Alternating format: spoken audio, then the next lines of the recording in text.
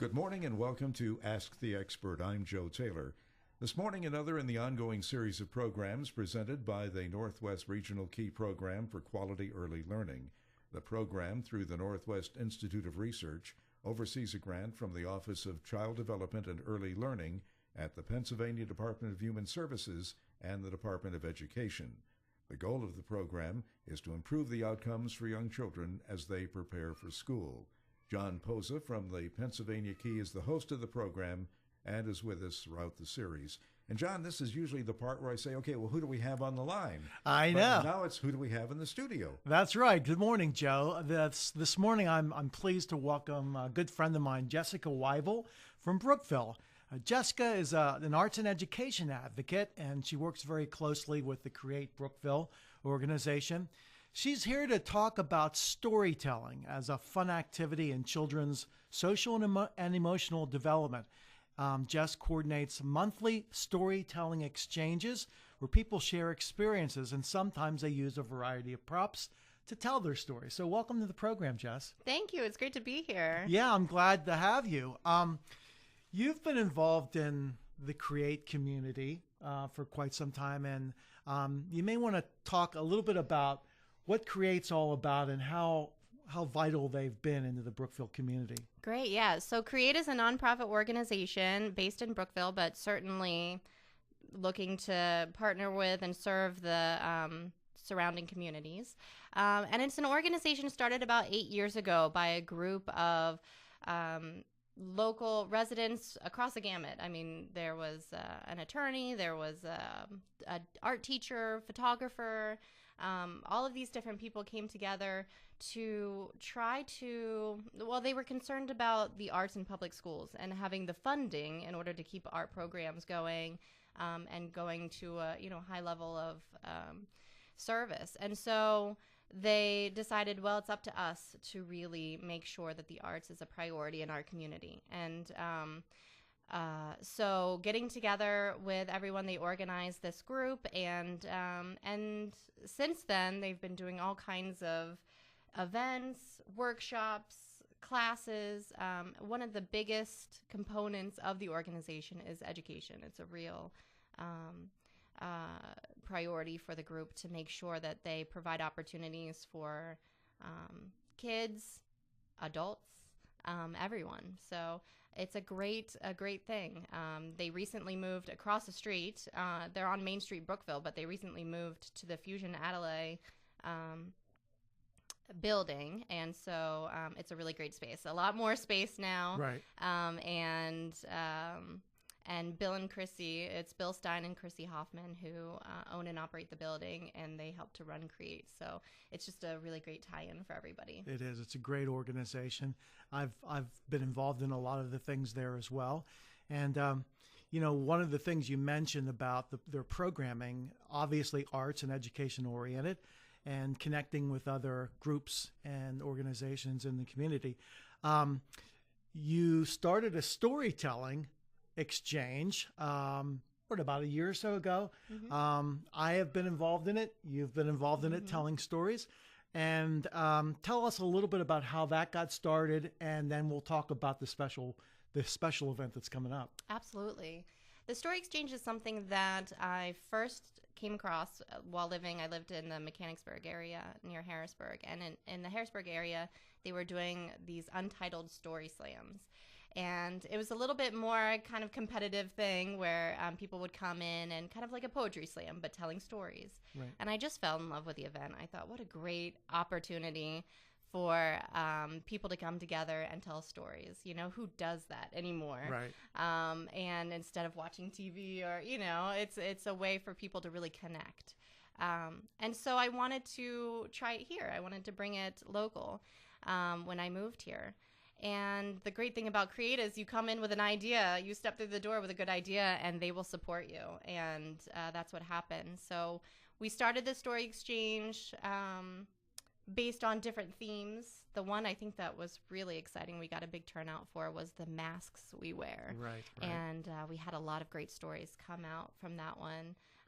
Different interpretations of what a mask is, literally or figuratively.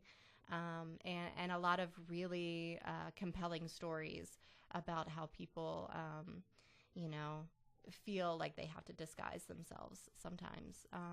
So it's just a great atmosphere to have everybody connect around a theme like that. So we've been looking for ways to use the story exchange to benefit nonprofits, to bring awareness to issues, and to kind of cycle through different groups to connect people. Absolutely.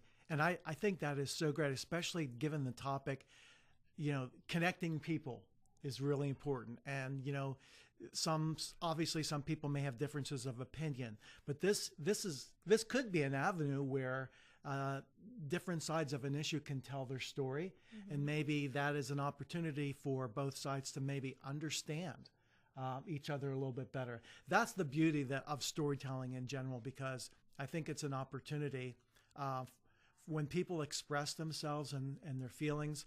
For those who maybe don't know that person or didn't know much about that person previously, it's a chance to maybe connect, find out things that maybe they didn't know about them previously. Yeah. Mm-hmm.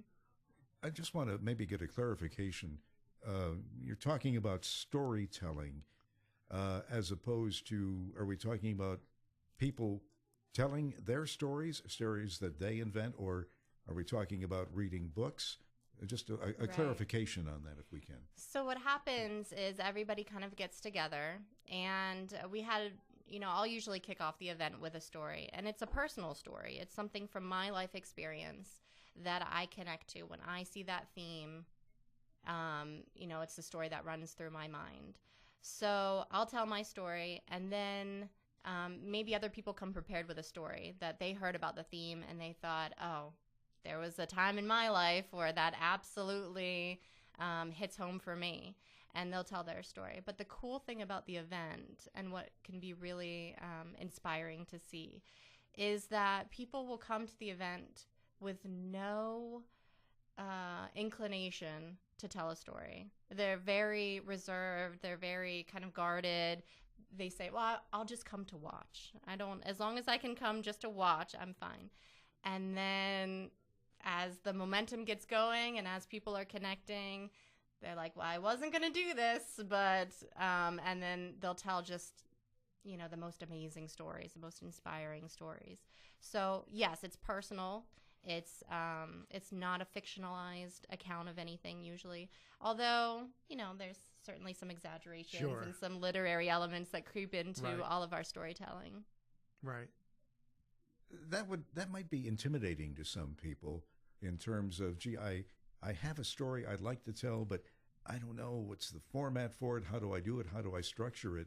What would you tell people to encourage them to come and share their stories? That's what I love about storytelling. There are so many forms of expression that are intimidating, and we think, well, we'll leave that to the experts. We'll leave that to the true artists or the distinguished speakers. And storytelling is accessible. It is universal. It is as old as humanity, and it is something that anyone can do. And it's not, there's no restriction, there's no judgment, there's no wrong way to do it.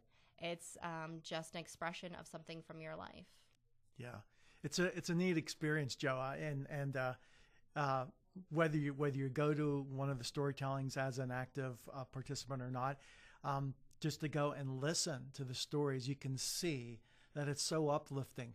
People that, like Jess said, people would come and maybe weren't even planning to tell, just wanted to see what it was all about, and then find that, you know what, they feel better now. They feel comfortable about sharing a story, and to see how those people feel so much better about sharing their story. So it can be personal. It doesn't have to necessarily be personal. It can just be someone's take on something in everyday life. So it's kind of neat. Are there any topics that would just be off limits? Ooh, that's a great question. Certainly we are tailoring the events to a target audience. So when we're bringing the storytelling event to children, for example, the children are the storytellers. So they're not, in terms of kind of censorship or facilitating the story to fit a certain kind of narrative that we have in mind, I think that our audience kind of manages itself that way. So, if you have an audience of adults telling stories to other adults, there isn't a need for an outline for that. It's just a social interaction that we're all really familiar with. And with kids, I think we all have a social contract of how we're going to approach certain topics, with children. And so, the nice thing about it is the group kind of manages itself in that way. Right. And of course, one of the things we wanted to talk about today in specific is the next special storytelling exchange on February 17th at the Fusion Atelier, which is Create in Brookville. No, I'm sorry, excuse me. Let me take that back. On February 17th, it's actually going to be at the Rebecca Arthur's Library in Brookville. That's right. Which is a Saturday afternoon from 3 to 5. We're going to have our first truly children's storytelling exchange. So this is a really unique. We're partnering with the library, with the school district. And Jess, you want to talk a little bit about how this particular storytelling exchange is going to work? Sure. So in working with the volunteers and people at Create, we were talking about the story exchange and how to bring it to kids and what's the best way to do that. And the library in Brookville, the Arthur's Library, has a new library director, Janine Strom, and she has a strong background in children's programming. That's actually how she got into the library as a career. So I knew that she would be open to working with us for this event, and she's been wonderful. So we've been working together to organize this event. It's a family-friendly story exchange is how we are promoting it, and the idea is to, yes, bring in kids as storytellers, but also have the families getting involved, and so have it be an opportunity for families to interact around storytelling and tell their stories and, encourage their kids to be a part of that. And the theme is going to be the best day ever. So we actually have Jess developed a lesson plan for the day.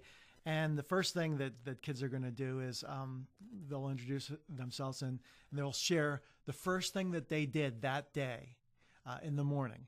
After they woke up. Mm-hmm. So that sort of gets them into the frame of mind of telling stories. And then they're going to read a short book related to the theme and share their what they learned from those books. One's called Father Bear's Special Day. The other's Beach Day and Helping Out Hooray. And Jess knows these books. I certainly don't.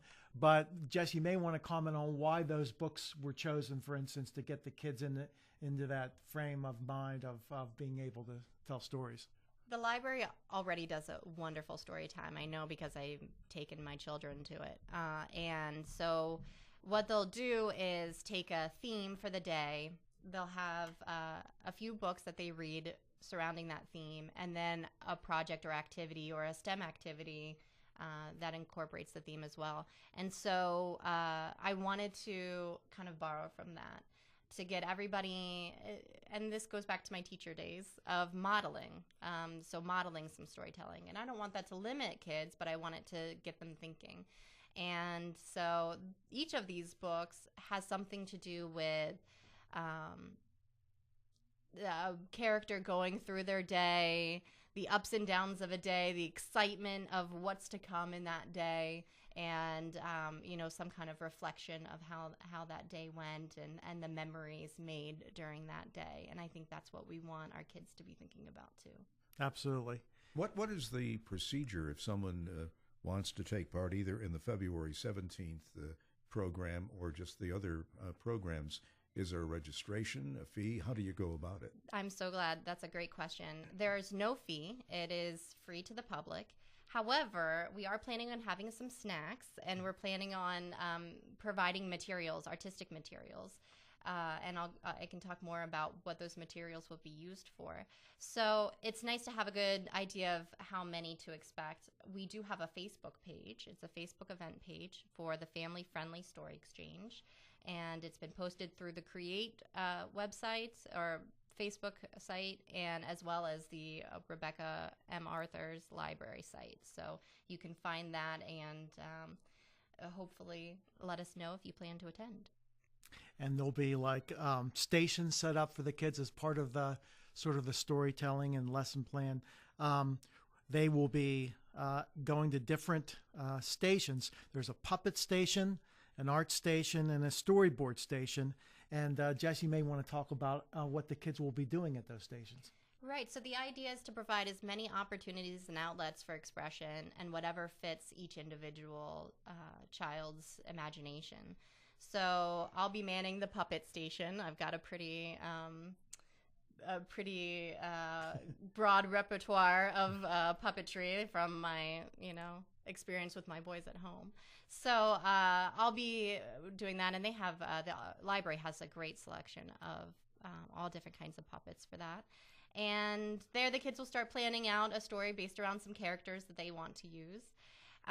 Then we'll also have the art station. So the kids who are more visual, who want to create a picture around their story, they'll be able to use those materials and have someone there to help guide them in that. And then the storyboard will have set up, the library has some materials there where students can start to kind of manipulate different visuals in order to create a story that best suits what they have in mind. So it's just a way to provide different opportunities for different modes of storytelling. Yeah. And I wanted to mention, Joe, this is, of course, the actual storytelling, the monthly storytelling has been going on through Create every month, obviously. This is the first time specifically geared towards children. These are programs that can be replicated anywhere, really. And that's kind of like what we hope happens in other communities. And it's just a great, and Jess, you may want to comment a little bit about how important this is in terms of children's development as well. Mm-hmm. And some of the things that it encourages, and obviously social and emotional development is obviously important, and this builds on that. And communication skills, absolutely, and creativity. I mean, it's like three-pronged or more. Yeah. What really has become important to me as a teacher and a mother has been what storytelling and literacy can do for a child's development cognitively, particularly when it comes to empathy and creating a sense of empathy and developing those skills, because it is a skill. I mean, we consider it to be an innate ability, but it is a skill where some people are very strongly empathic and some not so much. But what's interesting about literacy and storytelling is it does something interesting cognitively. When you read a story, when you read fiction, you are your brain is doing something called grounded cognition, where you are living that story. Your brain, if the character's running, your brain is activated as if you were running. And so you're literally putting yourself in their shoes. And so storytelling as a gateway to literacy, I think that they both feed into each other. And if we can experience one another's stories and live them, it's the best way to connect and become empathetic people. Absolutely. I mean, I think we can all relate, Joe, and Jessica can obviously agree. When we were younger and we read fiction and these types of stories, we always seemed to be, we felt like we were part of the story. What are you talking about younger, even now? Yeah, exactly. Right. We identify with one particular character or one person in particular, and sometimes it can be very dramatic at a young age, that how closely you really relate to, and especially if it's a character in the story that's a true role model. With the children, or maybe with the adults too, is there any commentary that's encouraged from the other people who are listening to the story to offer their input after the story at all? So how interactive can we be with our storytelling? Yeah. Absolutely. I think that we've done, and again, it is sort of tailored to our group, but we have had, I know the first one, we had voting to see which stories we really liked, and there was a sort of a competitive element to it. And then we backed off from that a little bit because we thought, well, we don't want the pressure of the sort of competition of what a story needs to be. But the nice thing that offered was an opportunity to reflect on each person's story and identify what we really appreciated about it. And that's kind of what it turned into. As far as the children's storytelling, I'm very much going to encourage the same kind of dialogue. What did we like about this method of storytelling and this individual's way of doing it? And, what can we learn from it? Right, exactly. And I think with children, obviously, you don't want to make it competitive. No. My story's better than your story. No, absolutely not. Right. Yeah. Absolutely not. I was going to say, everyone has their own story, so to speak, about a character that they grew up with. And I can't go back to when I was like a toddler age or even early elementary, but I know that the one series of books that I must have collected every one of them was the Hardy Boys. Oh, yeah. Oh, everybody the Hardy did. Boys? Yeah, sure. of course. Yeah. And I love those books because they had a sense of adventure, and you were so tied to not knowing what was going to happen, how they were going to get out of their particular situation. Yeah. And that's what storytelling does in so many modes. If you are seeing a really great play, if it's a great musical, if you're reading fiction, if you're watching somebody share a story, there are moments where it almost has this you have a physical response, like your heart starts to race, or you feel very excited about something, or you shed a tear, or whatever it is. We are living that story along with them. We didn't. I'm going to give Jess an opportunity to tell us a little bit about herself. Sure. Because we didn't really get into that, but Jess is a teacher, but she's a full-time mom right now. And she's not been in the Brookville that long. She grew up in the Harrisburg area. So you want to share a little bit about what brought you here? Well, so what happened was, after I resigned from teaching with my second child, we moved to the area when my husband got an opportunity to work at the Du Bois High School. He's the principal there at the school. And so the nice thing about that is I can still really stay a part of the education world. Right. And it's a nice connection for me. And since moving to the area, I've just been overwhelmed with the opportunity and to get involved with people and organizations like CREATE and other organizations locally. There's a sense of community here that is really special. Right. And I've been happy to be a part of it. And Jess loves to write, and Yes. she loves writing for our local newspaper in Brookville, and she's very, very talented. And then she started also a writers group through CREATE that meets monthly. These are folks who are working on stories that they hope to eventually publish. A lot of it is poetry, and some of it fiction, some of it nonfiction. So, but I wanted to just kind of reiterate again, for those families who have young children who want to participate, February 17th, 3 o'clock. At 3 o'clock at the Rebecca Arthurs Library in Brookville will be the family-friendly storytelling exchange. So there's no fee. Just come out. And the theme is going to be the best day ever. And I guess with that, I encourage everyone to participate. And by all means, read to your children. It's so vitally, vitally important.